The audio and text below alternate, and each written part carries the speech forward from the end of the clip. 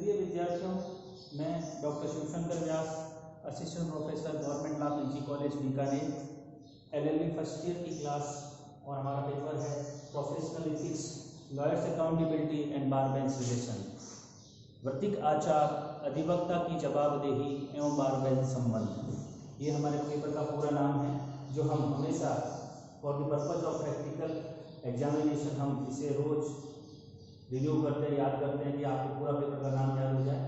पिछली क्लास में हमने बार काउंसिल ऑफ इंडिया पर अपनी चर्चा पूरी की थी और आज से हम शुरू कर रहे हैं राज्य विधिक परिषदें, स्टेट बार काउंसिल्स। जैसा कि हमने अपनी पिछली क्लास में भी चर्चा की थी कि प्रमुख रूप से दो गवर्निंग बॉडी हो गई, बार काउंसिल ऑफ इंडिया और स्टेट बार काउंसिल। मैंने एक एग्जाम्पल के जरिए आपको समझाने का भी प्रयास किया था कि जिस प्रकार से सबसे सर्वोच्च न्यायालय हमारा सुप्रीम कोर्ट है और फिर हर एक राज्य में हाई कोर्ट की स्थापना है, ठीक उसी प्रकार से सबसे सुप्रीम गवर्निंग बॉडी जो हमारी है इस लीगल प्रोफेशन में, वो बार काउंसिल ऑफ इंडिया हो गई। और उसके बाद में स्टेट बार काउंसिल हर एक राज्य में हो सकता है, कुछ राज्यों में दो राज्यों को मिलाकर एक स्टेट बार काउंसिल बनाई गई हो, लेकिन हर एक राज्य की अपनी एक स्टेट बार काउंसिल होती है। आज हम इसी स्टेट बार काउंसिल के ऊपर अपनी चर्चा शुरू करेंगे। एडवोकेट एक्ट 1961 सेक्शन 2M ये कहता है कि राज्य विधिक परिषदों से तात्पर्य ऐसी परिषदों से होगा जिसका गठन इस अधिनियम की धारा 3 में किया गया है। यानी कि धारा 3 में जिन स्टेट बार काउंसिल का गठन किया गया है वे स्टेट बार काउंसिल कहलाई जाएगी।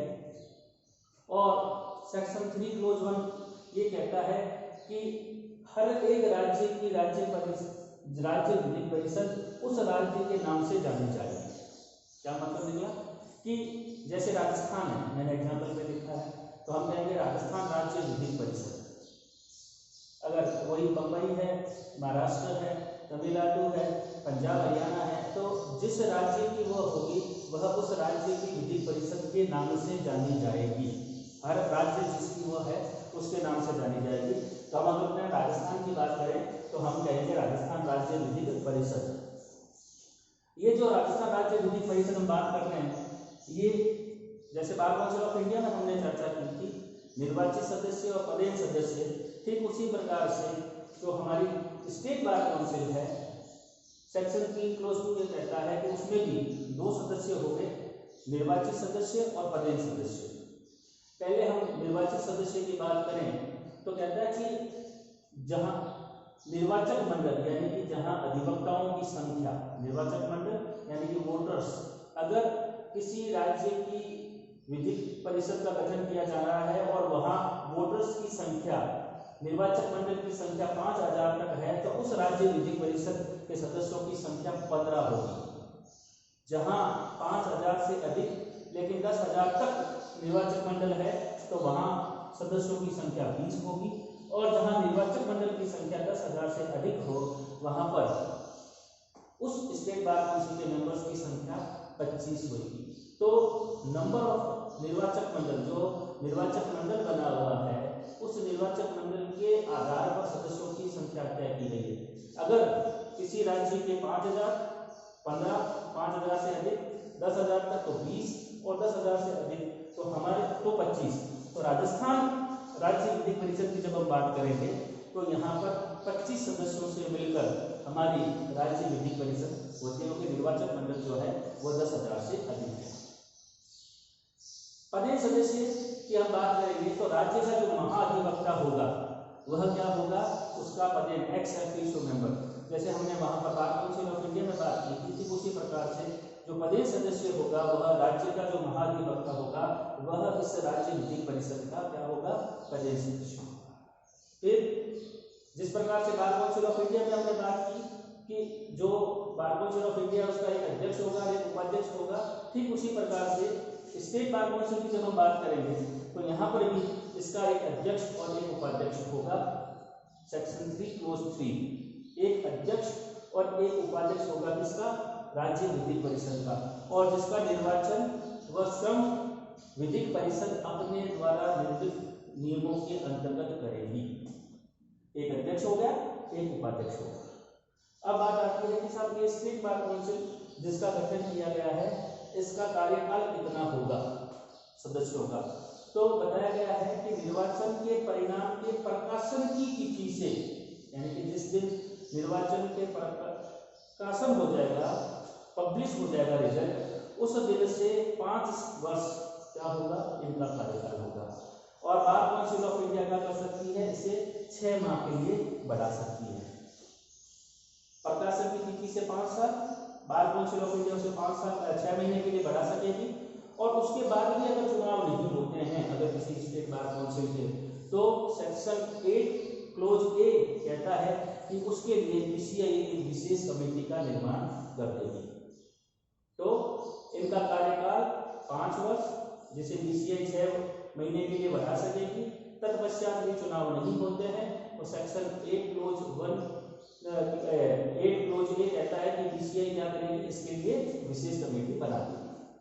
अब जिस प्रकार से हमने बार काउंसिल ऑफ इंडिया की विधिक स्थिति का अवलोकन किया था, वो सारी बातें क्या होगी, राज्य विधिक परिषद के लीगल पोजीशन के लिए भी होगी।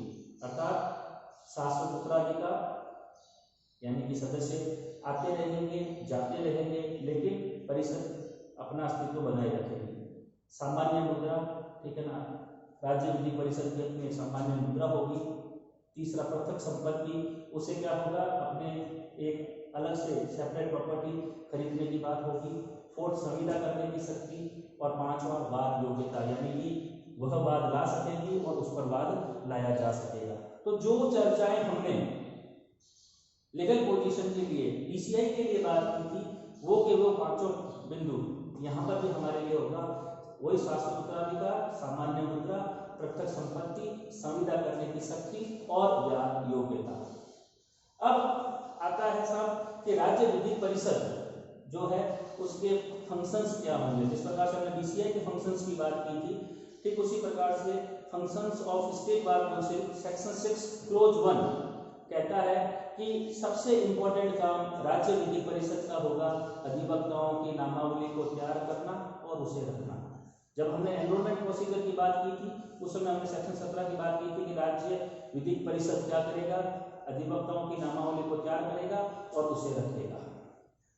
दूसरे इंपॉर्टेंट काम, अपने अधिवक्ताओं को जो उसके अंदर एनरोल्ड एडवोकेट्स हैं उनके मिसकंडक्ट के खिलाफ मामलों को एक्सेप्ट करना और उनका अवधारण करना। अगर कोई व्यक्ति अगर मिसकंडक्ट की शिकायत करता है तो उस मामले को एक्सेप्ट करते हुए उसको डिसाइड करना।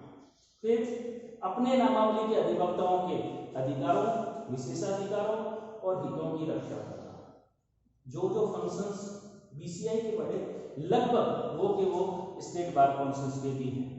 फिर विधि का सुधार और उसका उन्नयन करना, सेमिनार और वार्ताओं का आयोजन करना, विधिक पत्र पत्रिकाओं लेखों का प्रकाशित करवाना, निर्धन व्यक्तियों को विधिक सहायता प्रदान करना, फंड्स इकट्ठा करना और उस फंड्स को कहाँ खर्च करना है उसकी व्यवस्था करना। और सबसे इंपॉर्टेंट चीज, विश्वविद्यालय और महाविद्यालयों का इंस्पेक्शन कर उन्हें संबद्धता प्रदान करना। तो बार काउंसिल ऑफ इंडिया और स्टेट बार काउंसिल दोनों में से मिलकर टीम का गठन करके क्या किया जाता है, विश्वविद्यालय और महाविद्यालय। आज अगर आप जिस लॉ कॉलेज में हैं और अगर उसे बार काउंसिल ऑफ इंडिया से मान्यता प्राप्त नहीं है तो आपकी लॉ की डिग्री क्या है, बेकार है। तो बार काउंसिल ऑफ इंडिया और स्टेट बार काउंसिल संयुक्त तत्वाधान में मिलकर कमेटी का गठन करके उनका निरीक्षण करके उनको मान्यता प्रदान करती है और अन्य कोई आवश्यक कार्य करने की आवश्यकता हो तो वो उसके द्वारा किए जाते हैं। तो आज की क्लास में हमने अपनी स्टेट बार काउंसिल की शुरुआत की है। आगे से हम इसके ऊपर और अपनी चर्चा करेंगे। धन्यवाद।